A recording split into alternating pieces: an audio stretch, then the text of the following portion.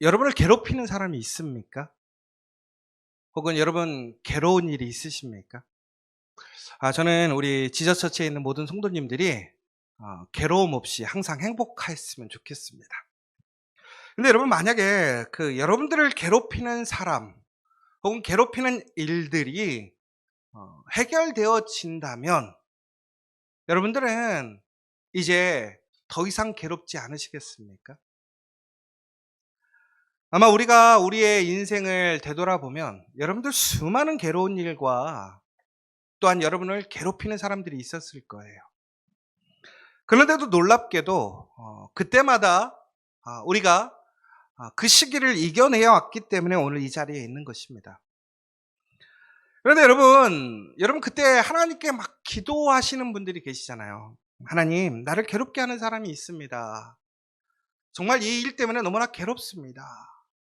재정적인 문제 혹은 진로의 문제, 뭐 여러 가지의 일들이 우리를 항상 괴롭게 하고 또한 어떤 관계적인 부분에서 또 우리는 항상 괴롭히는 사람을 경험하게 됩니다. 여러분, 우리가 하나님께 기도합니다. 하나님, 저 사람 좀 어떻게 해주세요.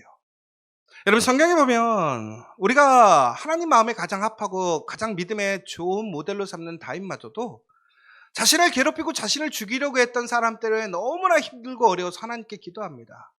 저주합니다. 저 사람을 좀 처리해 주세요. 저 사람 좀 해결해 주세요. 저 문제 좀 해결해 주세요. 우리가 이처럼 나를 괴롭게 하는 사람과 문제 앞에서 우리는 항상 나약해지고 어려워집니다. 그래서 우리는 하나님께 기도하지요. 그런데 하나님은 놀랍게도 우리가 기도할 때마다 하나님은 응답해 주십니다. 피할 길을 주시고 괴롭히는 사람을 괴롭히지 않게 해주시고 또 그 문제를 해결해 주십니다. 그러면 여러분, 아마 여러분들이 여러분의 인생을 통해서 여러분의 삶 속에서 그 하나님의 응답을 수없이 많이 경험하셨을 거예요. 그러면 우리에게 나를 괴롭히는 그 사람 혹은 그 문제가 해결되었기 때문에 우리는 오늘 괴롭지 않고 행복해야 되지 않습니까? 제가 처음에 여러분에게 물어봤습니다. 여러분, 지금 행복하십니까? 그러면 여러분, 오늘 우리는 당연히 행복하다라고 이야기해야 되지 않겠습니까? 그런데 우리는 오늘도 여러분 삶 속에서 여러분을 괴롭히는 사람 있지 않습니까? 더 나아가서는 괴롭히는 일들이 끊임없이 있지 않습니까? 하나님께 응답받아서 하나님이 해결해 주셨음에도 불구하고 왜 우리는 계속해서 괴로움을 당할까요? 왜 나를 괴롭히는 사람을 통해서 나는 괴로워하게 될까요? 오늘 비가 갑자기 억수로 많이 내렸습니다. 여러분들 비 오는 거 좋으세요? 싫으세요? 저는 비 오는 거 싫습니다. 이게 나이가 어릴수록 싫어하더라고요. 비 오는 걸. 그런데 또 비 오는 거를 좋아하시는 분들도 있어요. 낭만이 있고 빗소리가 좋다고. 이것은 개인의 선호도인 것 같습니다. 그런데 여러분, 비가 온다고 해서 우리의 인생에 큰 문제가 생기거나 혹은 내가 괴로움을 받지는 않습니다. 그런데 여러분, 우리가 고난을 당하거나 괴로움이 왔을 때에 그 동일한 문제에 대해서 반응하는 또한 그것을 바라보는 모습은 사뭇 다른 모습을 보여주게 됩니다. 한 사람은 그 괴로움과 괴로운 사람들을 통해서 지옥과 같은 삶을 살아가는 사람들이 있는 반면에 동일하게 괴롭히는 사람이 있고 괴로운 일이 있음에도 불구하고 그 상황에 함몰되지 않고 감사, 기쁨으로 힘차게 살아가는 사람들이 있습니다. 다시 얘기하자면 우리가 살아가면서 우리의 삶 속에 나를 괴롭히는 사람이 없다? 이것은 불가능하죠. 나를 괴롭게 하는 일이 없기를 원한다? 불가능합니다. 결국 우리가 살아가면서 전국에는 우리는 나를 괴롭히는 사람을 끊임없이 만나게 될 것이고 또한 나를 괴롭게 하는 일들을 계속해서 만나게 될 것입니다. 그것이 바로 우리의 인생이라는 거예요. 삶이라는 거예요. 그런데 문제는 뭐냐? 그 괴로움 속에서 그 괴로운 상황과 사람들 속에서도 어떤 사람은 그 괴로움에 함몰되지 않고 오히려 더 소망으로 성장하고 승리하는 사람이 있는 반면 어떤 사람은 거기에 함몰되어져서 모든 것을 잃어버리는 사람이 있습니다. 그렇다면 그것에 대한 책임은 그 선택은 누가 하는 것이냐라는 것이죠. 전국에는 우리의 삶 속에서 그러한 환경이 없고 그러한 문제를 만들지 않고 그러한 상황들이 생기지 않는다면 더 행복할 수는 있습니다. 그러나 중요한 건 그러한 상황 속에서 우리가 어떠한 삶의 태도로 모습으로 살아가느냐에 따라서 우리의 삶의 결과는 사뭇 달라지는 것이고 결정된다는 것입니다. 다시 얘기하자면 우리의 삶 속에서 우리가 결정하는 태도와 우리의 선택이 전국에는 우리의 삶의 미래를 결정하고 우리의 운명을 결정하게 된다는 것입니다. 여러분, 오늘 창세기 19장 특별히 31절을 제가 같이 한번 읽어보도록 하겠습니다. 큰딸이 작은딸에게 이르되 우리 아버지는 늙으셨고 온 세상의 도리를 따라 우리의 배필이 될 사람이 이 땅에는 없으니. 소돔과 고모라가 멸망한 이후에 롯과 그의 딸들은 소돔과 고모라를 탈출하게 되었습니다. 그런데 그들이 탈출한 이후에 그들은 소알이라는 곳에 머물러 있다가 그 소알에서 두려움을 느껴서 이제 그들은 동굴로 향하게 됩니다. 하나님께서 그들에게 약속하셨던 땅이 아닌 그들은 소알을 거쳐서 동굴로 향하게 되었던 것이지요. 그러자 그 두 딸은 이제 이 세상의 모든 것이 다 끝나버렸다고 생각을 하고 있습니다. 더 나아가서는 오늘 그 동굴에서 큰 딸과 작은 딸은 이렇게 얘기하고 있습니다. 우리 아버지는 늙으셨다. 그리고 더 나아가서는 온 세상의 도리를 따라 우리의 배필될 사람이 이 땅에는 없다. 오늘 그들이 아주 캄캄한 동굴 속에 갇혀 있다고 생각해 보세요. 그들이 지금까지 어디에 살았냐면 소돔과 고모라라는 정말 화려하고 풍요로운 도시에 살았습니다.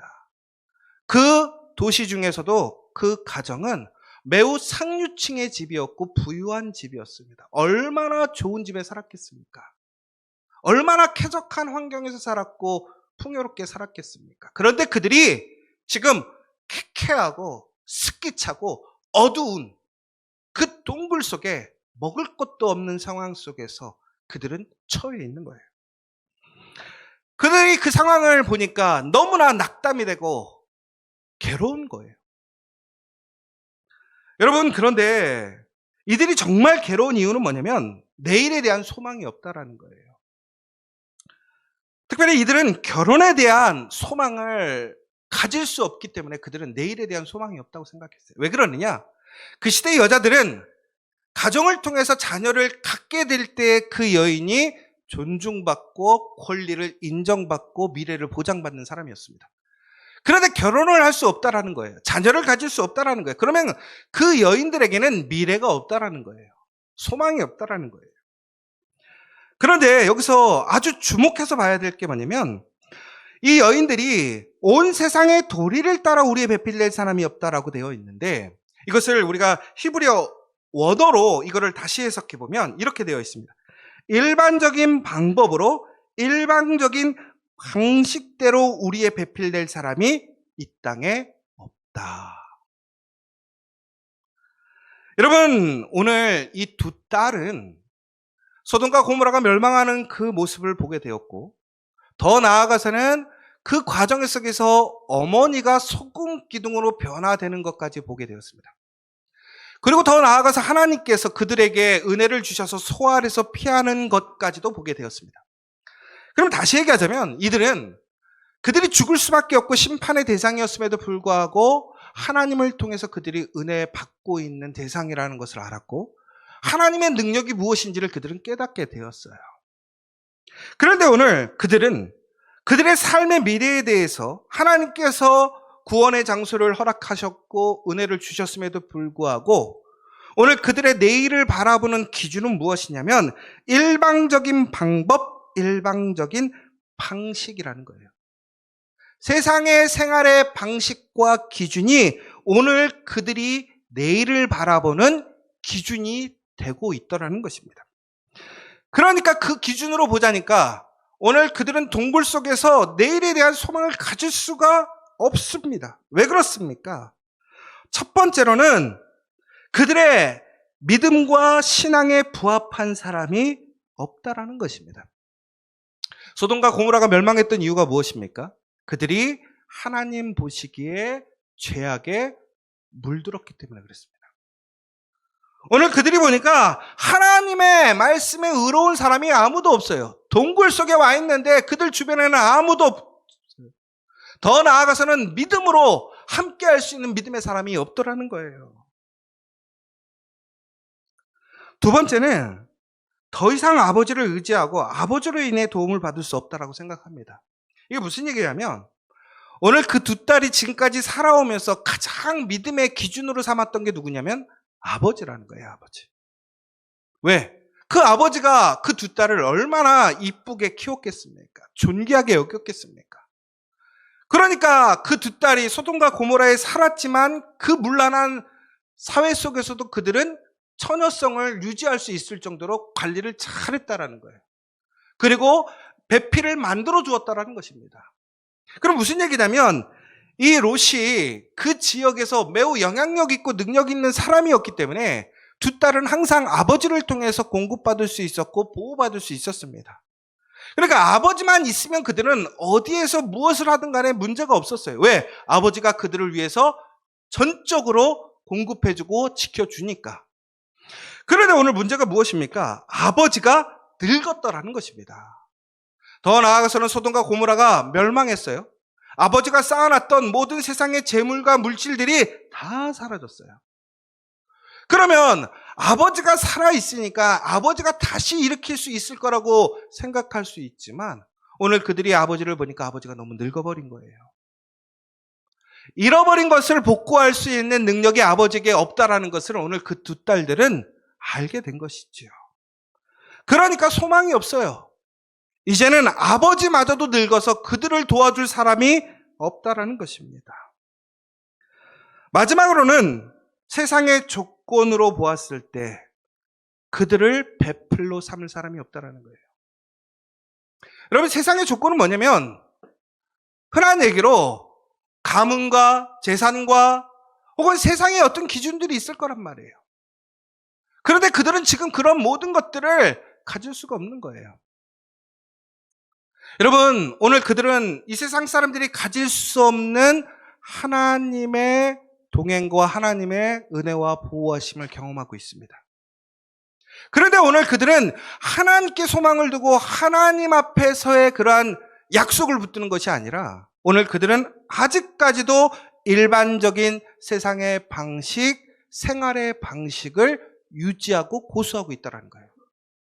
아이러니한 건 하나님의 은혜가 지금 있어요. 그럼에도 불구하고 그들은 세상의 일방적인 방식과 생활의 모습들을 놓지 않음으로 인하여 그들은 존국에는 어떻게 합니까? 소망을 갖지 못하고 있는 거예요. 하나님이 그들을 구원하시고 그들을 구원할 장소를 예비하셔서 그들에게 소망을 주셨음에도 불구하고 그들은 오늘 그들을 괴롭게 하는 그 상황과 현실에 함몰되어져서 일방적인 생활의 방식대로 나아가므로 그들은 오늘 괴로워하고 있다는 거예요. 여러분 같으면 오늘 그 상황 속에서 여러분들은 기뻐하시겠습니까? 괴로워하시겠습니까? 불평하시겠습니까? 감사하시겠습니까? 오늘 우리는 감사해야 되는 거죠. 기뻐해야 되는 거예요. 소망을 가져야 되는 거예요. 왜? 하나님이 나와 함께 하시고 나의 구원의 자리를 예비하셨기 때문에 우리는 어떻게 할 수 있다?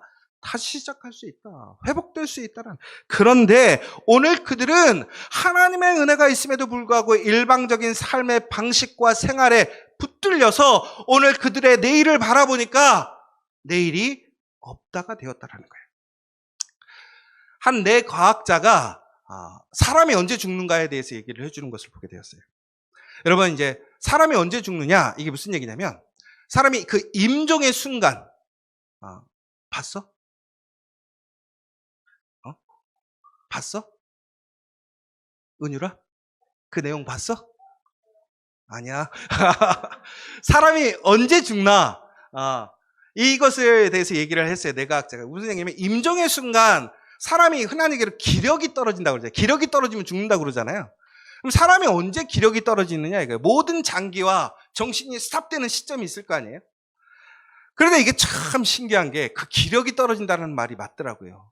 무슨 얘기냐면 사람의 모든 것을 관할하는 기관이 어디 있을까요? 뇌죠, 뇌. 그쵸? 그럼 결국은 뭐냐면 뇌가 스탑되어지고 모든 것을 스탑시켜버리면 우리는 죽는 거예요. 그러니까 우리가 죽음이라고 하는 것은 내가 이제 버튼을 꺼버리면 우리는 죽는 사람이 되는 것이죠. 근데 내가 버튼을 끄지 않으면 우리는 살아있는 사람이 되는 거예요. 그럼 중요한 게 과학자들이 그러면 내가 어느 시점에 버튼을 끄느냐라는 거예요. 근데 너무나 놀라운 것은 내가 매우 합리적이라는 것이죠. 그래서 내가 판단했을 때에 우리의 몸에 더 이상 에너지를 쓸 필요가 없다라고 생각되어지면 스위치를 끈대요. 왜? 에너지를 낭비하지 않으려고. 그러니까 되게 이 뇌는 매우 효율적인 거라는 거죠. 그러니까 내가 움직이는 건 뭐냐면 아직도 힘을 주는 건 뭐냐면 아직도 너는 죽어도 그러니까 죽지 않아도 돼 라는 판단이 있는 것이고 끄는 것은 이제 너 죽어도 돼 라고 하는 거예요. 내가 신기하죠?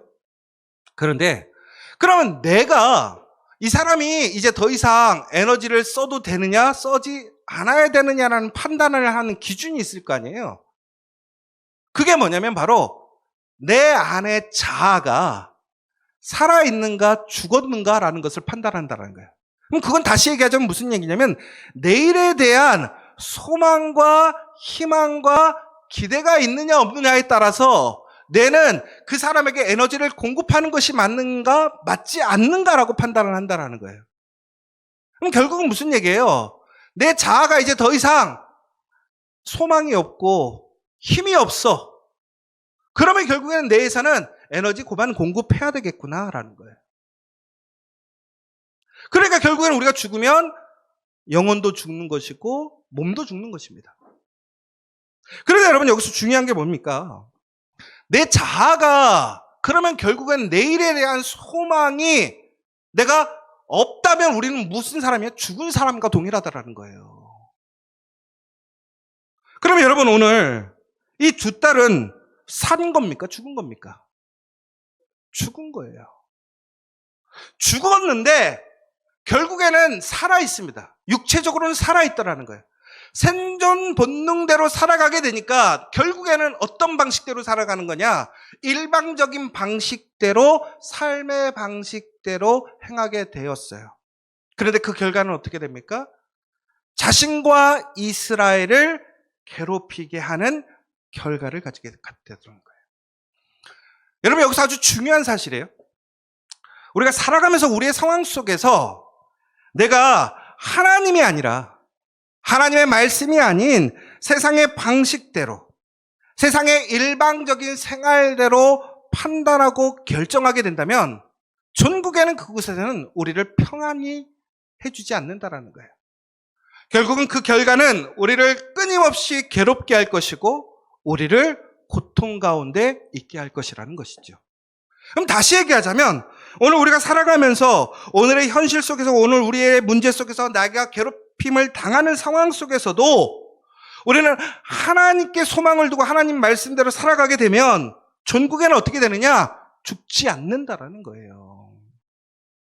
그러면 괴롭힘 속에서도 우리는 괴로운 것이 아니라 다시 기쁨으로 소망으로 나아갈 수 있다라는 거예요. 그러면 여러분이 지금 일반적인 방법대로 일반적인 그러한 생활의 삶의 모습대로 살아가고 있는가? 아니면 나는 진심으로 특별한 그 하나님의 방법대로 살아가고 있는가? 여러분 한번 생각해 보세요. 여러분은 어떤 삶의 모습으로 살아가고 있습니까? 여러분이 지금 괴로움을 느끼고 여러분 그 괴로운 현실 속에서 고통을 당하고 있다라는 감각적인 부분들은 우리가 피할 수 없어요. 그러나 그것에 대한 결과는 분명히 다르더라는 거예요.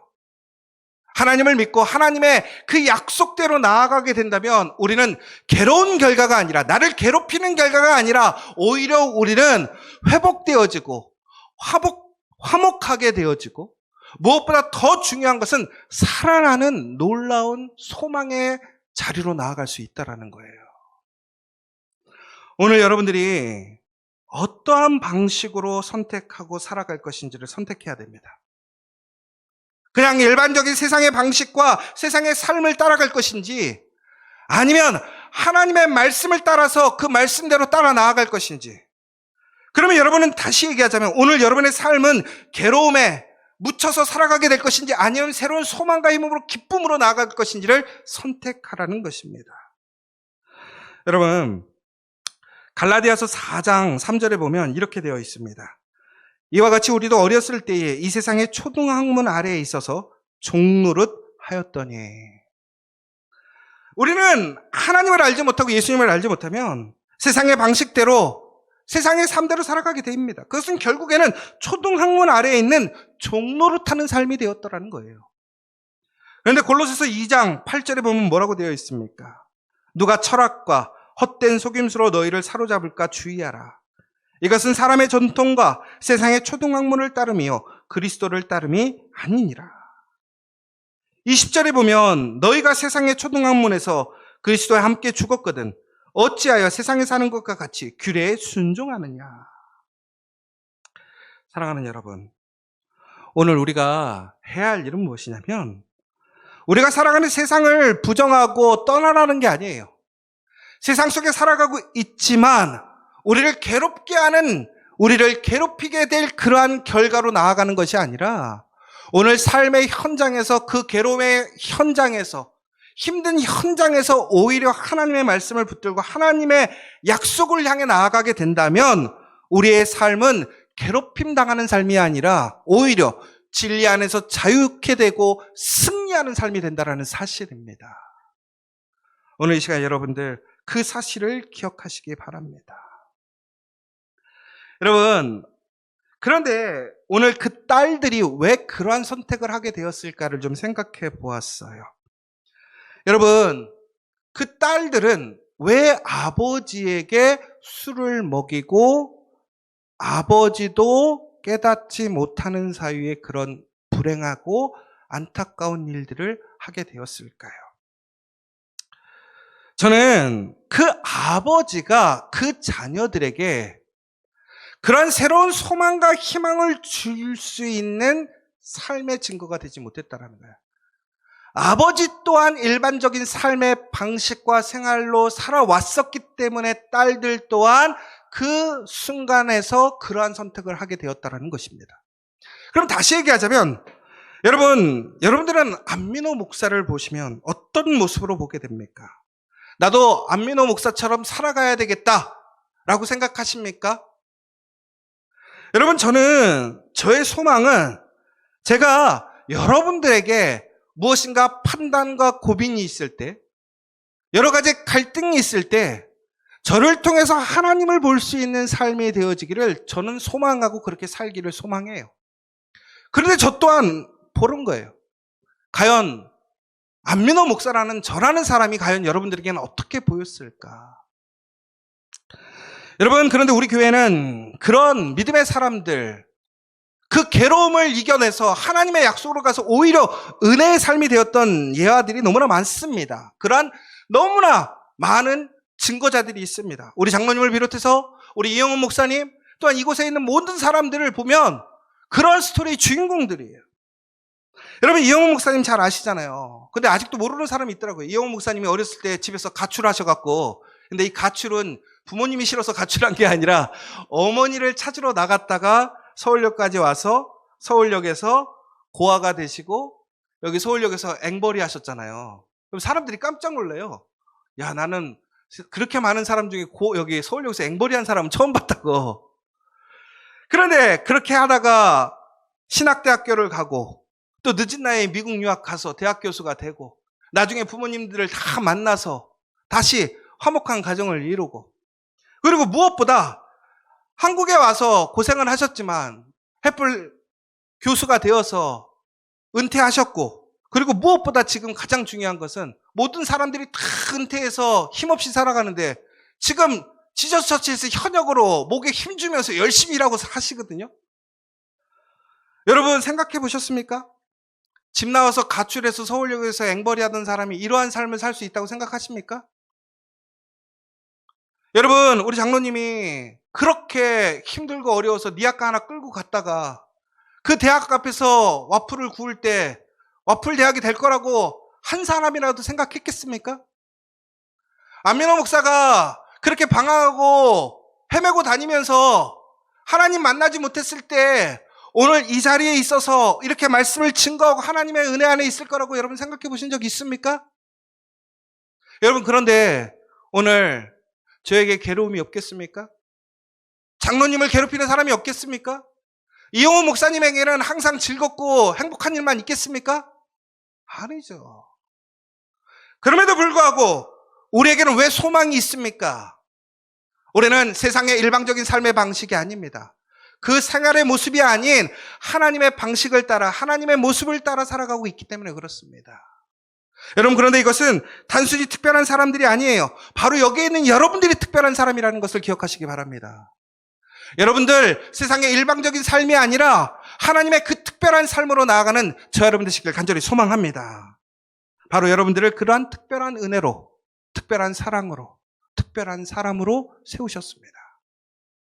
여러분들은 오늘 어찌 보면 여러분들이 이 자리에 있는 것이 그냥 우연이라고 생각할 수도 있어요. 저는 그렇지 않아요. 여기 있는 우리 모든 한 사람 한 사람들을 바라보면 우리 하령이, 우리 명훈 씨, 한별 씨, 우리 민희, 이 자리에 있다라는 것이 얼마나 기적과 같은 일인 줄 아십니까? 그런데 이것은 하나님의 섭리고 예정이고 특별한 은혜가 있기 때문에 여러분들이 이 자리에 있었는 것이에요. 그렇다면 여러분, 오늘 우리가 살아가야 될 방식은 일방적인 삶의 방식, 생활의 모습이 아닌 하나님의 그 특별한 은혜의 삶으로 나아가야 될 줄 믿습니다. 그러면 여러분의 삶은 변화될 것입니다.